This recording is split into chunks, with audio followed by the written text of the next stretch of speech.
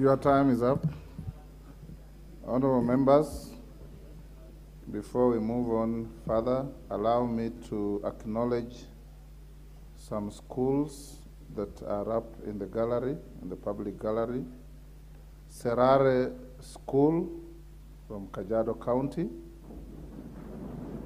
St. Peter's Clever Secondary School from Makueni, Karaia Primary School from Kiambu County, Anthena School from Machakos County, Kihate Girls from Nyeri County, and Chebilati Mixed from Bometi County. On my behalf and on your behalf, I welcome the schools and the students to the House of Parliament. Now, honorable members, we had agreed yesterday that this was a time-bound motion, a special motion. We expanded the timing from the ordinary 3 hours to 5 hours, which are now spent, and I'll now invite the mover to reply. Thereafter, I'll give you direction on how we are going to vote. The mover.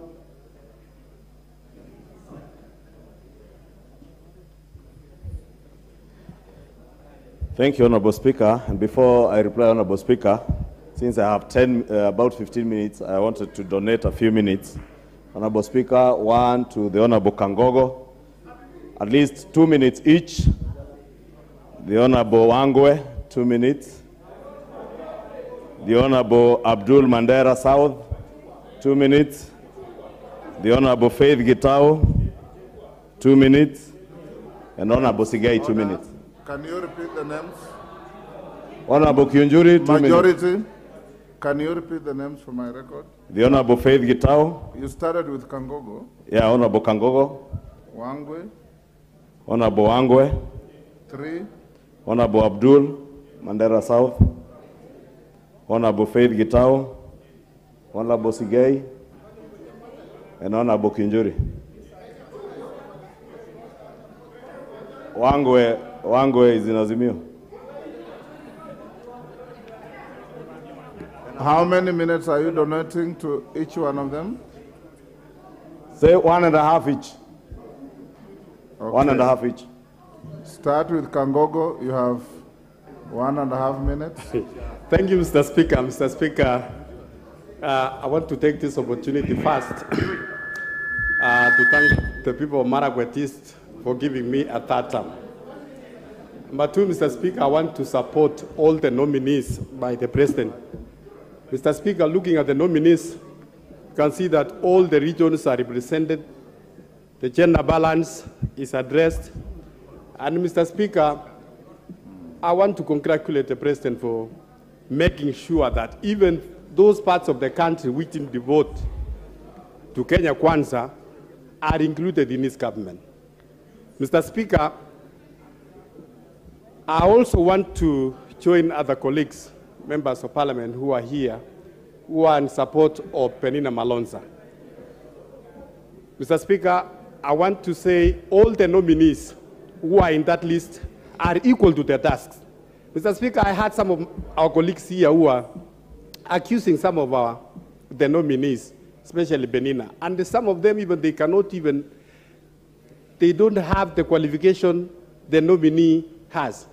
Mr. Speaker, I want to support that we, as Kenya Kwanza, we support and empower women, Mr. Speaker.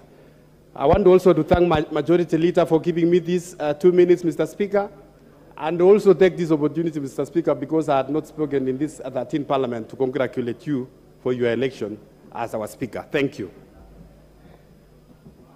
Wangwe.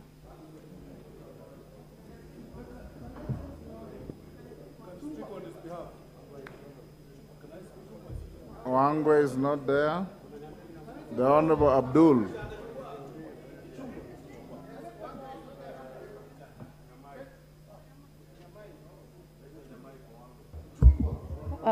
Ichungo, you're out of order. Honorable Abdul. Thank you, Mr. Speaker, sir, for this opportunity.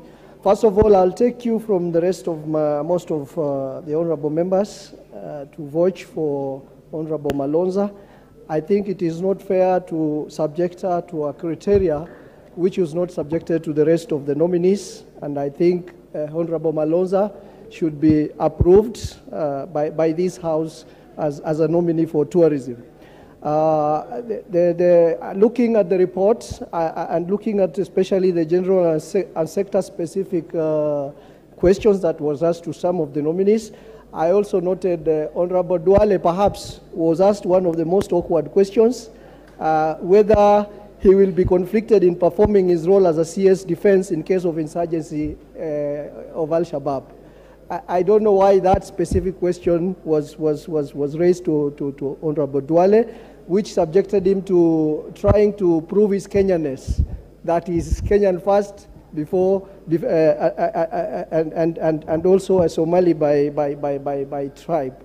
I think that was a very awkward question. And the question on paragraph 229 to Honorable Mutua, the nominee for Foreign and Diaspora Affairs, was a good one, especially on the plight of Kenyan migrants and workers.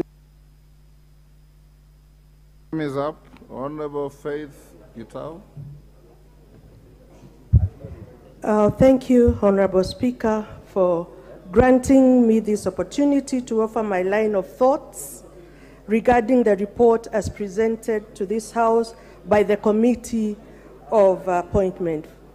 I want to congratulate this committee for professionalism portrayed during the vetting. Clearly, it could not have been done better.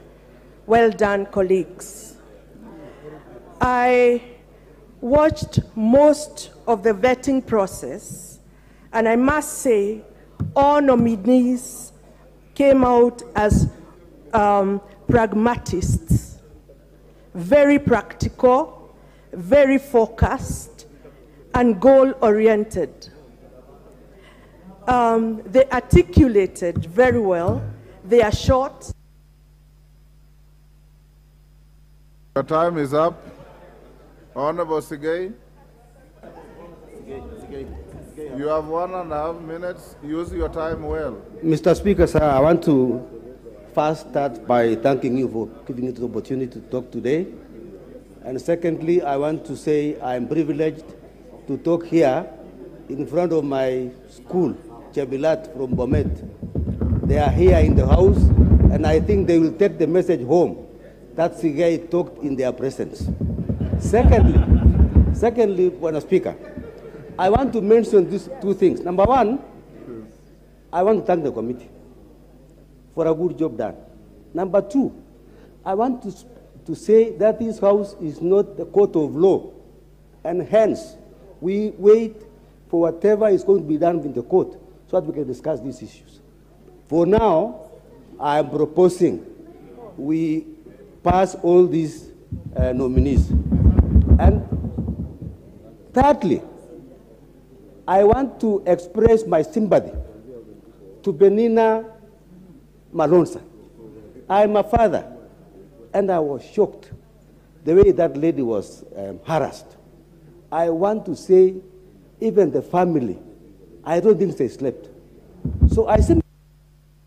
Order, Honorable Sigei. That is not a statement of fact. Honorable Sigei, that is not a statement of fact. Nobody was harassed. The Speaker chaired the committee. The fact that people didn't answer questions properly doesn't mean it was harassment. Injury, it is over for you, Honorable Sigei. Thank you, Mr. Speaker. As you are aware, all of us, Mr. Speaker, are not yet settled, because at the end of the day, we don't have substantive ministers. We need ministers where we know they are fully in office, where we can present our problems. Already there are so many problems facing this country. Like right now, the issue of drought. You don't know where to go and address, because the president cannot be everywhere. The president alone cannot run this government. Mr. Speaker, I've been charged 17 times before I became a member of parliament. And all those cases, none of them could stand the test of time. Mr. Speaker, we cannot judge as members of parliament because we already judged out there. And we have to give people opportunity, Mr. Speaker, to be heard at any level so that at least, Mr. Speaker, it is not about regimes that are going to judge us.